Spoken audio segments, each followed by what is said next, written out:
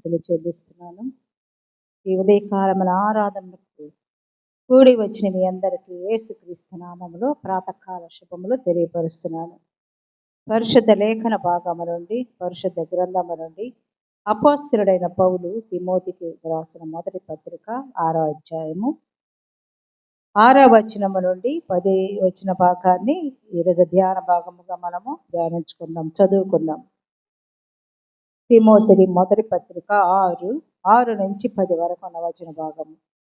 సంతుష్టి సహితమైన దైవ భక్తి గొప్ప లాభ సాధనమై ఉన్నది.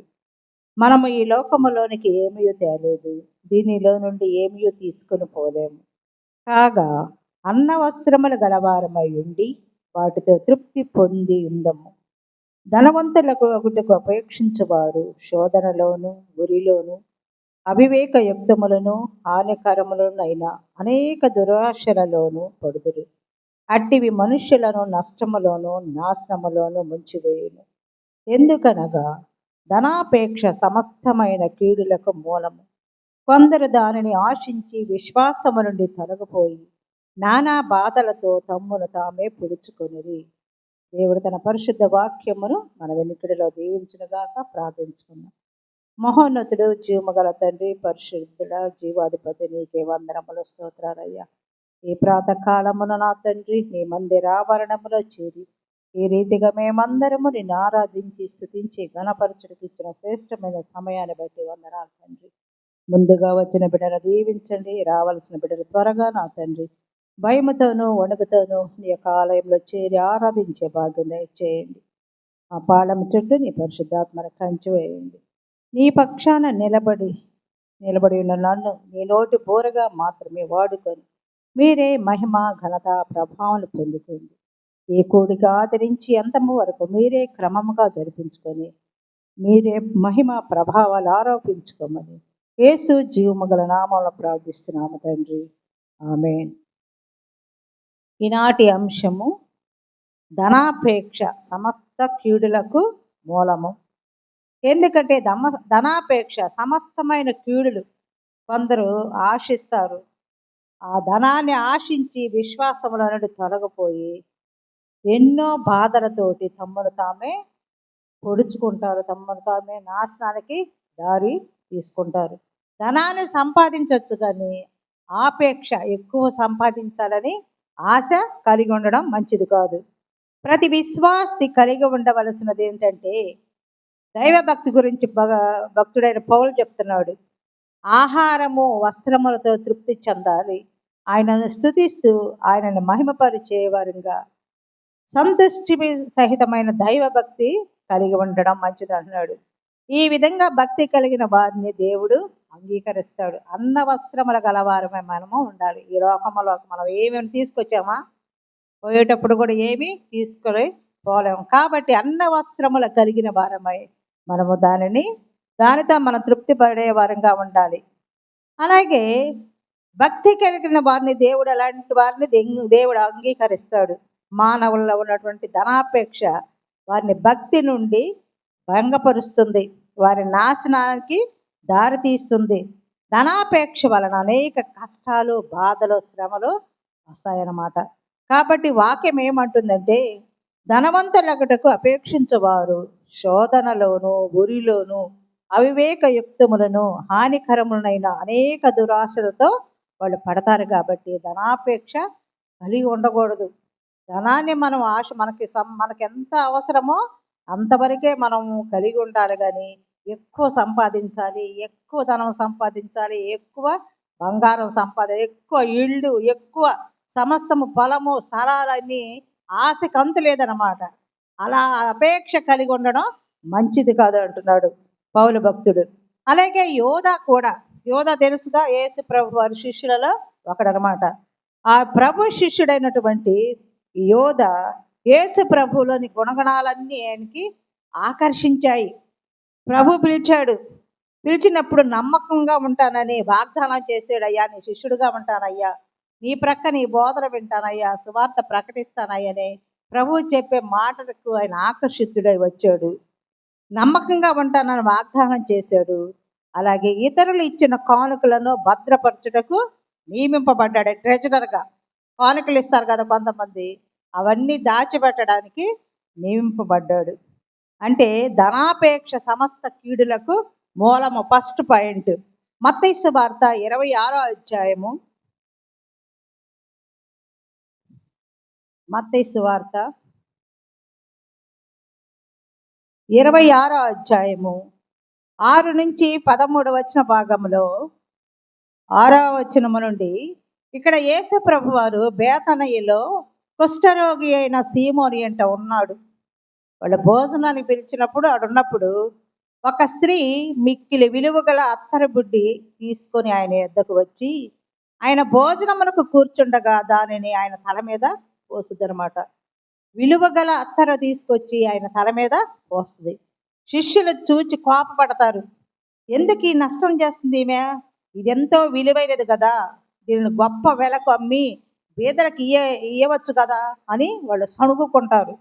యేసు ప్రభు ఆ సంగతి తెలుసుకొని అంటున్నాడు వాళ్ళతోటి, ఈ స్త్రీ నా విషయమై ఒక మంచి కార్యము చేసినది. ఈమెను మీరేలా తొందర పెడుతున్నారు?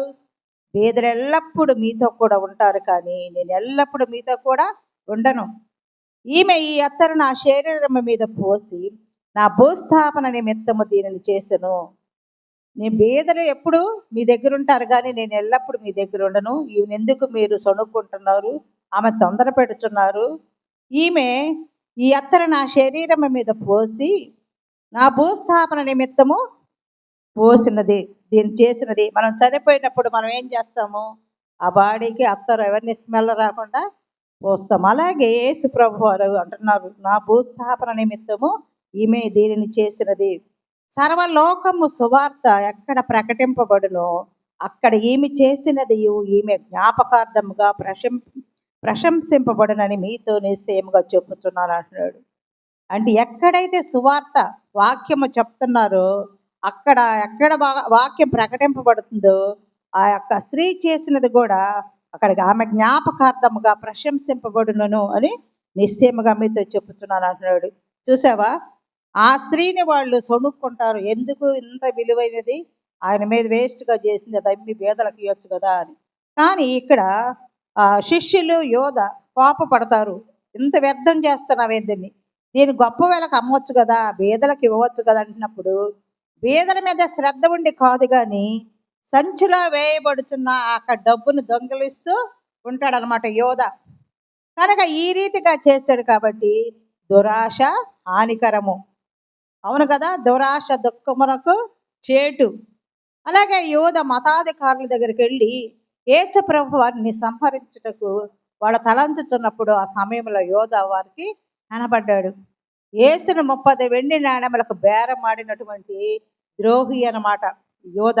30 వెండి నాణెములకే తన గురువు ఈ శిష్యుడైన యోధ అమ్మడానికి ఆయన సిద్ధపడ్డాడు. యేసు ప్రభు యోధాను హెచ్చరించాడు. ప్రభు హెచ్చరించేవాడే కానీ శిక్షించేవాడు కాదనమాట. కానీ ఆ ప్రభువును 30 వెండి నాణెములకు బేరం పెట్టాడు. పెట్టిన తర్వాత 30 వెండి నాణెములు తీసుకున్న తర్వాత యేసును సిలువకు అప్పగించడు చూచి వాళ్ళు ప్రభువును పట్టుకున్నారు, హింసించారు, బాధలు పెట్టారు, సిలువ వేశారు. ఆ సిలువలో ఎన్నో శ్రమలు పడ్డాడు.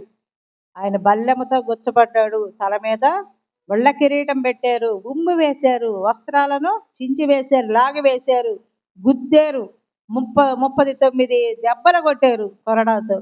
ఆ కొరడాకు ముళ్ళున్నాయన్నమాట. ఇట్లా కొట్టినప్పుడు ఆ హుక్కుల శరీరం మీద గుచ్చుకొని రక్తము మాంసము కూడా వచ్చేదంట.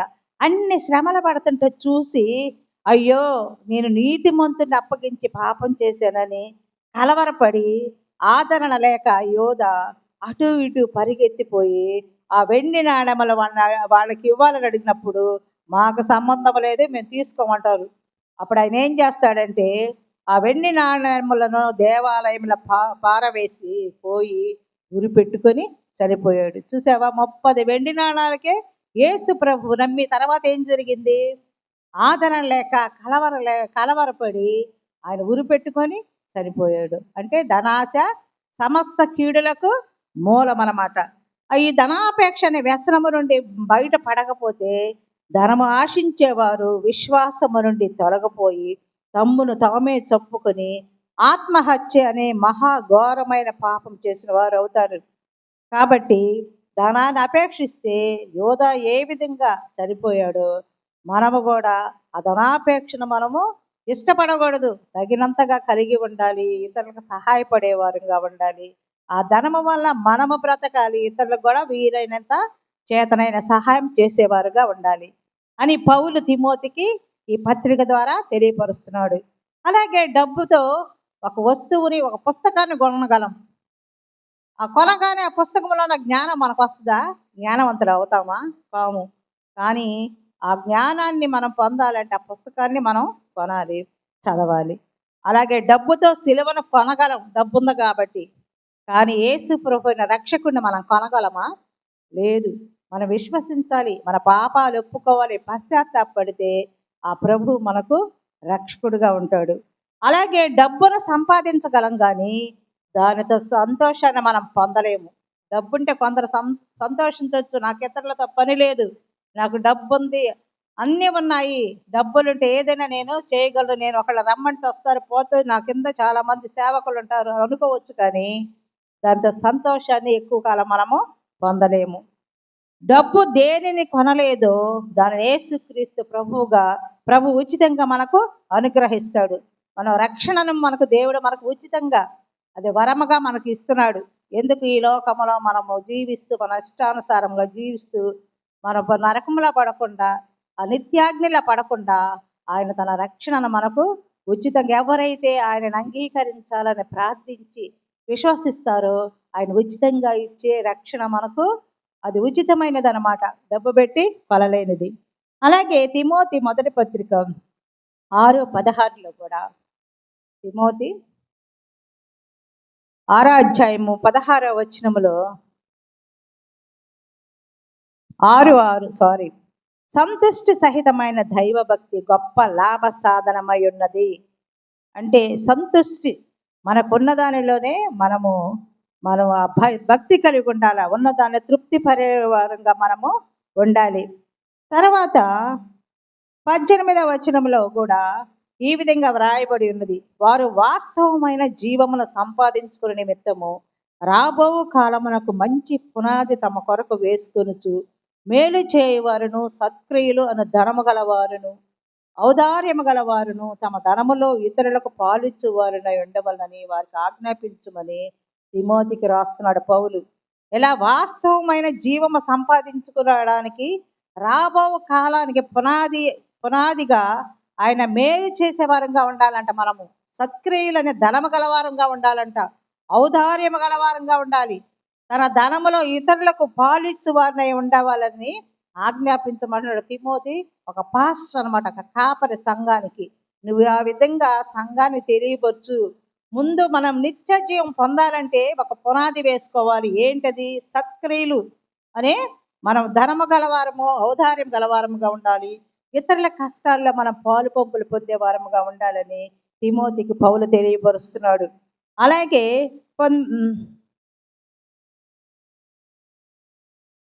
మత్తయి సువార్త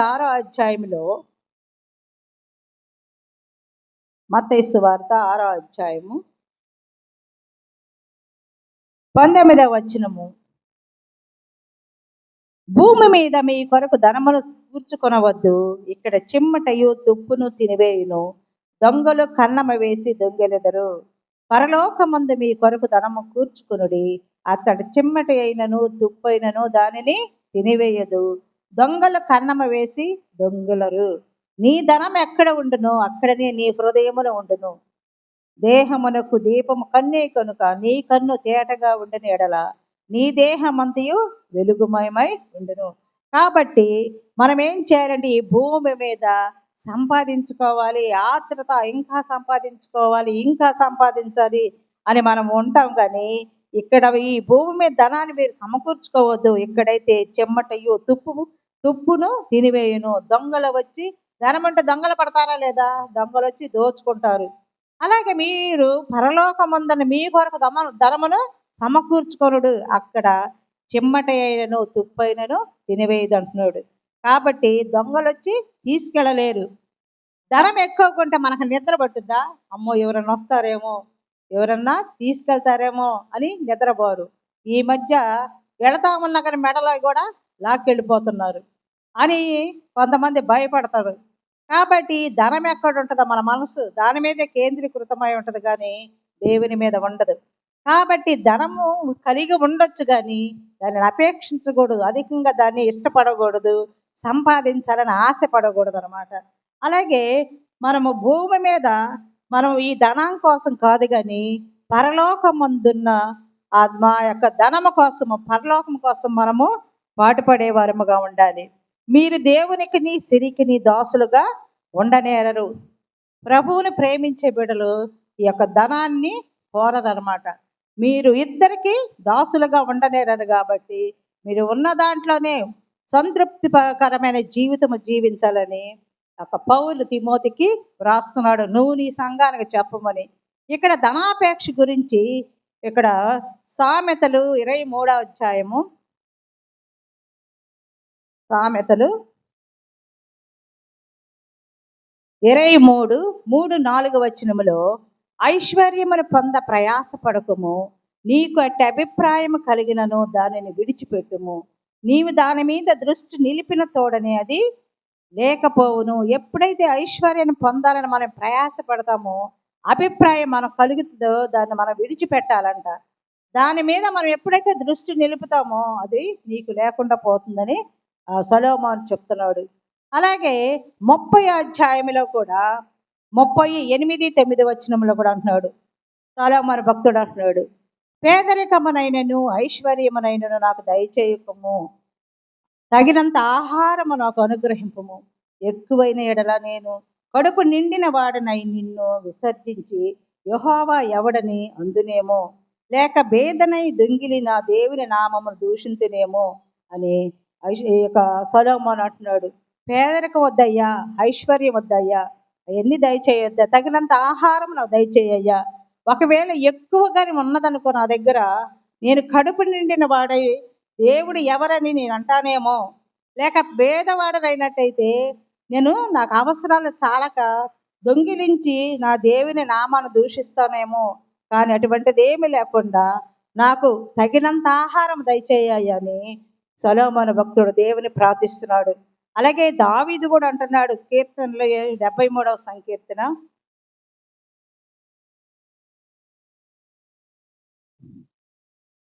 73వ సంకీర్తన 25వ వచనములో, ఆకాశమందు నీవు తప్ప నాకెవరున్నారు, నీవు నాకుండగా లోకములోనిది ఏదియూ నాకు అక్కర్లేదు అంటున్నాడు దావీదు భక్తుడు. అయ్యా నీవు నాకుంటే ఈ లోకంలో నాకేం అక్కర్లేదయ్యా, ఆకాశమందు నీవు తప్ప నాకెవరు అక్కర్లేదు అంటున్నాడు. అలాగే కొలస్సీ 2:3లో కూడా, బుద్ధి జ్ఞానముల సర్వ సంపదలు ఆయన యందే గుప్తమైనవి. దేవుని యందే బుద్ధి జ్ఞానము సర్వ సంపదలు ఈ లోకంలో సంపాదించాలి, ప్రయాసపడతాం, కష్టపడతాం, ఉదయం నుంచి రాత్రి వరకు ఇంకా అవన్నీ సంపాదన కంటే దేవుని కలిగి ఉంటే అవన్నీ కూడా, బుద్ధి కావాలంటే దేవుని దగ్గర ఉంది, జ్ఞానము కావాలంటే ఎవరికైనా జ్ఞానము కొద్దుగా ఉంటే నన్ను అడగని నేను ఇస్తాను అంటున్నాడు. అలాగే సర్వ సంపదలు మనకు అవసరమా, సర్వ సంపదలు అనుగ్రహిస్తాను అన్నాడు. ఎలాగా? ఆయన ఎందు బిడ్డలుగా ఉండి ఆయన ఆజ్ఞలను మనం ఎప్పుడైతే నెరవేరుస్తామో మనకు కావలసిన సకలమైనటువంటి అవసరతలు దేవుడు మనల్ని తీరుస్తాడు. ఆయన ఎందే సర్వ సంపదలు కూడా గుప్తములై ఉన్నాయమంట. మనము దేవుని కలిగి ఉంటే సమస్తమును కలిగి ఉన్నట్లేని పరిశుద్ధ గ్రంథము మనకు ఈరోజు వాక్యం ద్వారా మాట్లాడుతున్నాడు. కాబట్టి మనకు ఈ లోకములో సర్వ సంపదలు కావాలంటే మనం ఏం చేయాలి? దేవుని యందు విశ్వాసం ఉంచాలి, ఆయన ఆజ్ఞలకు లోబడి మనం జీవించే వారముగా ఉండాలి. అలాగే 2వ పాయింట్గా, ధనాపేక్ష దేవునిని దూరం చేస్తుంది. ఫస్ట్ ఏంది? ధనాపేక్ష సమస్తమైన కీడులకు మూలము. 2వ పాయింట్, ధనాపేక్ష దేవునిని దూరపరుస్తుందని ప్రభు చెప్తున్నాడు. ధనాపేక్ష గలవాడు పరలోక రాజ్యములో ప్రవేశింపడు అని యేసు ప్రభు తన శిష్యులతో అంటున్నాడు. మత్తయి సువార్త 19వ అధ్యాయము, మత్తయి సువార్త 19వ అధ్యాయము 23-24 వచనములో, యేసు తన శిష్యులను చూచి ధనవంతుడు పరలోక రాజ్యంలో ప్రవేశించుట దుర్లభమని మీతో నిశ్చయముగా చెప్పుచున్నాను. ఇదిగాక ధనవంతుడు పరలోక రాజ్యంలో ప్రవేశించుట కంటే సూది బెజ్జములో ఒంటె దూరుట సులభమని మీతో చెప్పుచున్నాను. ధనవంతుడు పరలోక రాజ్యంలో ప్రవేశింపడు. ధనవంతుడు పరలోక రాజ్యంలో ప్రవేశించుట దుర్లభము. ఎందుకంటే ధనవంతుడు పరలోక రాజ్యంలో ప్రవేశించుట కంటే సూది బెజ్జము, సూదిని చూసారా, దాని రంధ్రం ఎంత ఉంటుంది, చిన్నది, దాంట్లో నుంచి ఒక ఒంటె దూరుట సులభమంట. అంటే ఒక దారం ఆ సూదిలో దూరటమే కష్టమైతే ధనవంతుడు ప్రవేశించాలని అనుకుంటే ఆ సూది రంధ్రములో వెజ్జములో ఈ ఒంటె దూరుట సులభమని మీతో చెప్పుతున్నానని ప్రభు చెప్తున్నాడు. అలాగే మత్తయి సువార్త 20-22 వాక్య భాగములో అంటున్న ఒక యవనుడు వస్తున్నాడు. ఒక యవనుడు వచ్చి ప్రభు దగ్గరికి వచ్చి ఈ నిత్య జీవాన్ని పొందడానికి నేనేం చేయాలి, నేనేం మంచి కార్యాన్ని చేయాలని ప్రభుని అడిగినప్పుడు ఆ యవన అధికారి ఆ ప్రశ్నతో ప్రభు అంటున్నాడు, నీవు పోయి నీ ఆస్తిని అమ్మి బీదలకిమ్ము, అప్పుడు పరలోకమందు నీకు ధనం కలుగును, నీవు వచ్చి నన్ను వెంబడించమని అతనితో చెప్పినప్పుడు, అయితే ఆ యవనుడు మిగులు ఆస్తి గలవాడు కనుక ఆ మాట విని వ్యసనపడుచు వెళ్ళిపోయాడంట.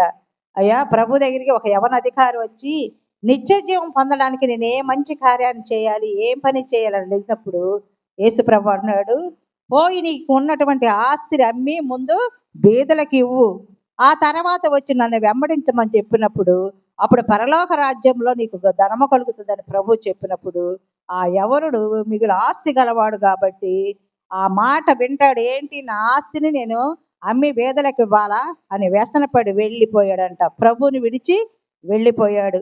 కాబట్టి ధనాపేక్ష మనుషులను దేవునికి దూరం చేసిందా లేదా? ఆస్తి గలవాడు కాబట్టి నా ఆస్తిని బీదలకు ఇచ్చేది, నిన్ను వెంబడించేది ఏంటని వ్యసనపడి వెళ్ళిపోయాడు. అలాగే రాజుల 2వ గ్రంథము 5వ అధ్యాయము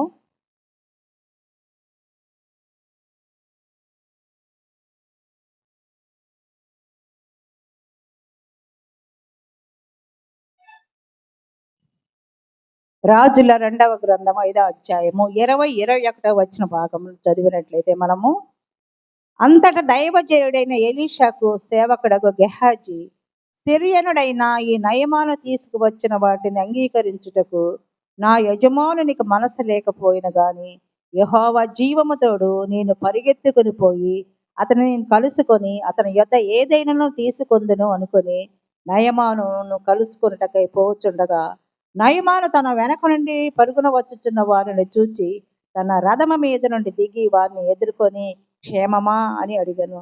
అతడు క్షేమమే అని చెప్పి, నా యజమానుడు నా చేత వర్తమానం పంపి ప్రవక్తల శిష్యులు 2 యవనులు ఎఫ్రాయిము మన్యము నుండి నా యొద్దకు ఇప్పుడే వచ్చింది కనుక నీవు వారి కొరకు 2 మణుగుల వెండియు 2 దుస్తుల బట్టలను దయచేయమని సెలవెచ్చుచున్నాడని చెప్పాడు. ఇక్కడ నయమాను కలిగిన కుష్ఠరోగమును బాగైనప్పుడు ఎలీషా ద్వారా ఆయన నయమాను ఆ బహుమానం తీసుకోమన్నప్పుడు ఎలీషా దానికి అంగీకరించడు, తీసుకోడు. కానీ ఆ దైవజనుడైన ఎలీషా సేవకుడు గెహాజీ ఏం చేస్తాడంటే సిరియనుడైన నయమాను తీసుకొచ్చిన వాటిని ఆ బహుమానాన్ని అంగీకరించుటకు నా యజమానికి మనసు లేకపోయింది కానీ యెహోవా జీవముతోడు నేను పరిగెత్తుకొని అతన్ని కలుసుకొని అతని యొద్ద ఏదైనా తీసుకుందని అనుకొని నయమానుని కలుసుకోవడానికి పోచుండగా నయమాను వెనక నుండి ఆ పరుగున వచ్చుచున్న వారిని చూచి తన రథము మీద నుండి దిగి వారిని ఎదుర్కొని క్షేమమని అడుగుతాడు. అప్పుడు ఆ మెట్ల దగ్గరకు రాగానే వారి యొద్ద నుండి గెహాజీ వాటిని తీసుకొని ఆ బహుమానాన్ని తీసుకొని ఇంటిలో దాచి వారికి సెలవీయగా వారు వెళ్ళిపోయారు. అప్పుడు అతడు లోపలికి పోయి తన యజమానిని ముందర నిలుస్తాడు. ఆ బహుమానాలను తీసుకొని ఈ యొక్క ఎలీషా వద్దన్నప్పుడు ఆ గెహాజీ అవన్నీ నయమాను దగ్గర తీసుకొని ఇంట్లో దాచిపెట్టి పోయి తన యజమానుల ముందు నిలవబడినప్పుడు ఎలీషా వాళ్ళని చూసి అంటాడు, గెహాజీ నీవెక్కడి నుంచి వస్తున్నావు, ఎక్కడికి వెళ్ళావు అని అడిగినప్పుడు నీ దాసుడనైనా నేను ఎక్కడికి పోలేదని చెప్తాడు. అప్పుడు అంతటా ఎలీషా వారితో అంటాడు, ఆ మనుషుడు తన రథము దిగి నిన్ను ఎదుర్కొనుటకు తిరిగి వచ్చినప్పుడు నా మనసు నీతో కూడా రాలేదా? వస్త్రమును, ద్రవ్యములను, ఒలీవ చెట్లను, తోటలను, ద్రాక్ష తోటలను, గొర్రెలను, ఎడ్లను, దానదాసీలను సంపాదించుకోండికి ఇది సమయమా? ఎందుకు నువ్వు ఇంత ఆశపడుతున్నావు? ఆ మనిషిని కలుసుకుని నువ్వు తీసుకునేటప్పుడు నేను గుర్తుకు రాలేదా? నా మనసు నీతో లేదా? ఇవన్నీ తీసుకోవడానికి ఇది సమయమా? కాబట్టి నయమానుక కలిగిన కుష్టు నీకును నీ సంతతికి నీ సర్వకాలం అంటి ఉండునుగా అని చెప్పగానే వాడు మంచు వలె తెల్లనైన కుష్ఠము కలిగి ఎలీషా ఎదుట నుండి బయటికి వెళ్ళిపోయాడు. అంటే ధనాపేక్ష చూడంతగా నాశనము చేసిందో. నయమాను వదిలించుకున్నాడు దైవజనుడి దగ్గర. ఆ యొక్క ధనాన్ని ఆపేక్షించి ఆశపడి ఆ కుష్టుని తెచ్చుకున్నాడు గెహాజీ. అలాగే డబ్బును ఆశించక, సుఖభోగములకు దాసులు కాక, పేరు ప్రఖ్యాతులకు లొంగిపోక, కడ వరకు నమ్మకంగా జీవించిన వారే దేవుని చేత బహుగా దీవింపబడతారంట. కాబట్టి అబ్రహాము, దావీదు, సొలొమోను, పౌలు, మోషే, దానియేలు ఇలా చాలా మంది కూడా దేవుని చేత బహుగా ఆశీర్వదింపబడ్డారు. మిక్కిలి వాడు ధనవంతులుగా, దేవునిలో ధనవంతులుగా ఉన్నారు. అలాగే తిమోతి మొదటి పత్రిక 6వ అధ్యాయంలో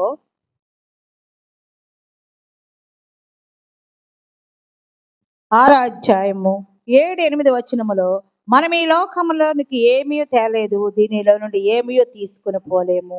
కాగా అన్న వస్త్రముల గరమారమై ఉండి వాటితో తృప్తి పొందుదము. మనం ఏం చేయాలి? ఈ లోకములో మనం ఒట్టి చేతులతో వచ్చాము తల్లి గర్భంలో నుండి. కానీ మనం వెళ్ళేటప్పుడు మన మీద మనం కోరినవి ధనాలు కానీ వస్త్రాలు కానీ ఏమంచరు, విలువైన ఏమంచరు. కాబట్టి ఈ లోకములో మనం ప్రభువుని కలిగి అన్న వస్త్రములు కలిగి మనము దాన్ని తృప్తి పొందేవారముగా ఉండాలి.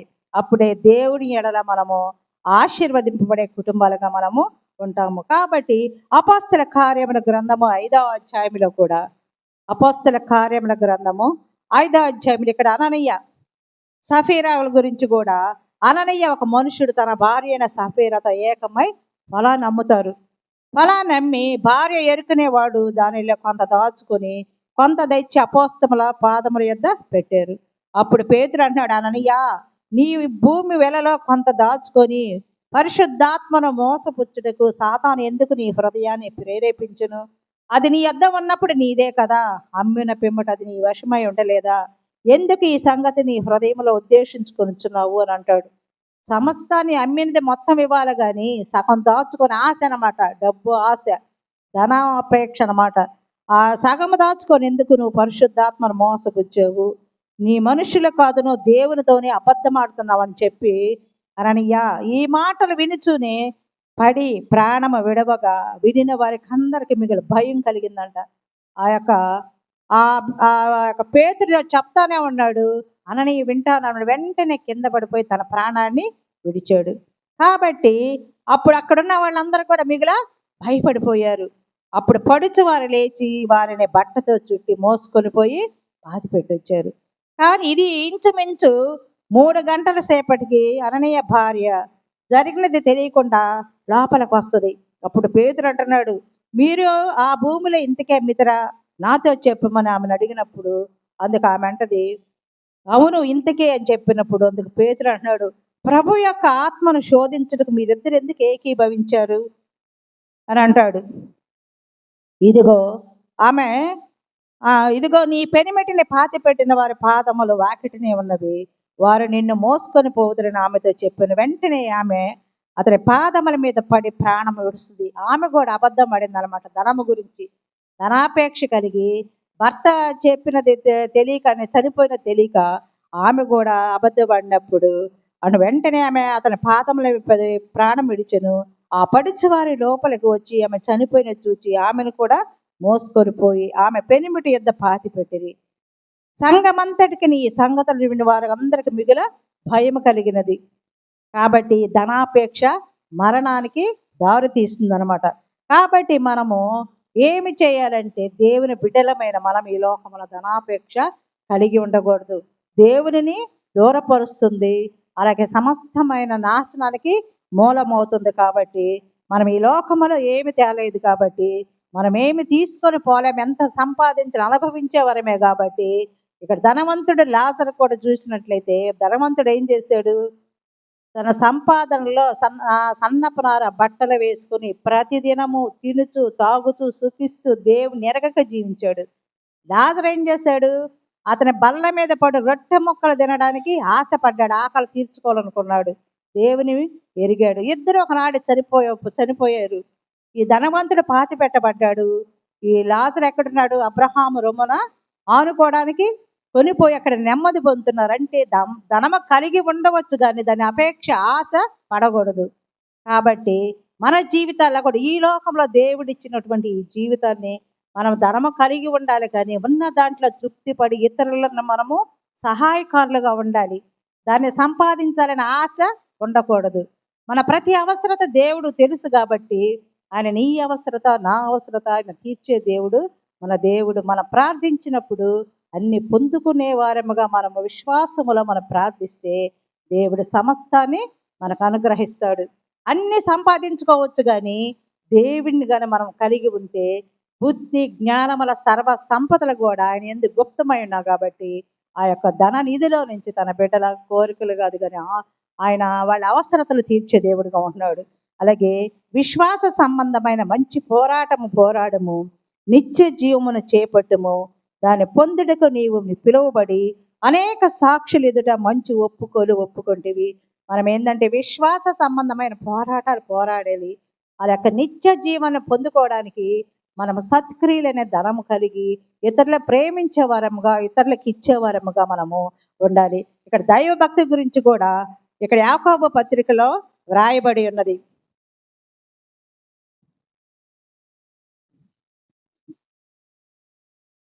సరే, నిజమైన దైవభక్తి ఏంటంటే తండ్రి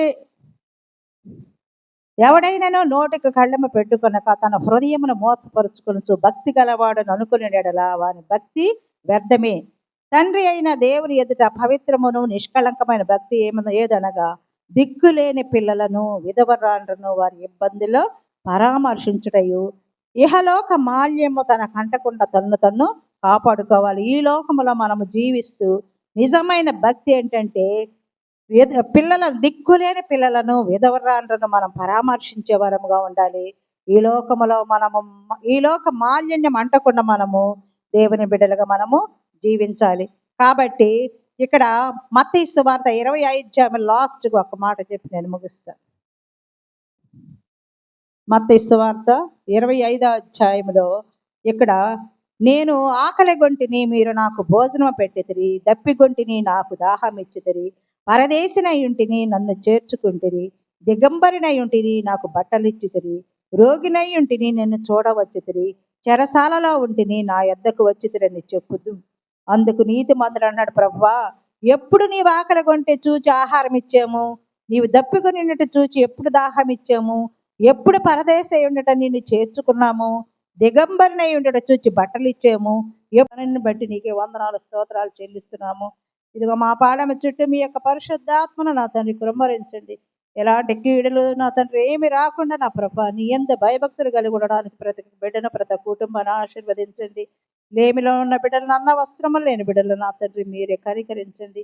ఈ వాక్యాన్ని ప్రతి ఒక్క బిడ్డ విన్న ప్రత్యేక హృదయంలో నా తన నీరు కట్టి ఫలింప చేయమని వాక్యం ముందుగా వినడానికి ఆలయంకి వచ్చిన ప్రతి బిడ్డను వింటున్న ప్రతి ఒక్క బిడ్డను దీవించి సమస్తమైన నా తండ్రి వాడికి ఏ అవసరతలను తీర్చమని దిన దీవెనలతో మమ్మల్ని నింపి దిన కీడు నుంచి తొలగించమని మా ప్రభువును మీ ప్రియకుమారుడైన యేసుక్రీస్తు జీవము గల పరిశుద్ధ నామంలో స్తుతించి ప్రార్థిస్తున్నాము తండ్రి.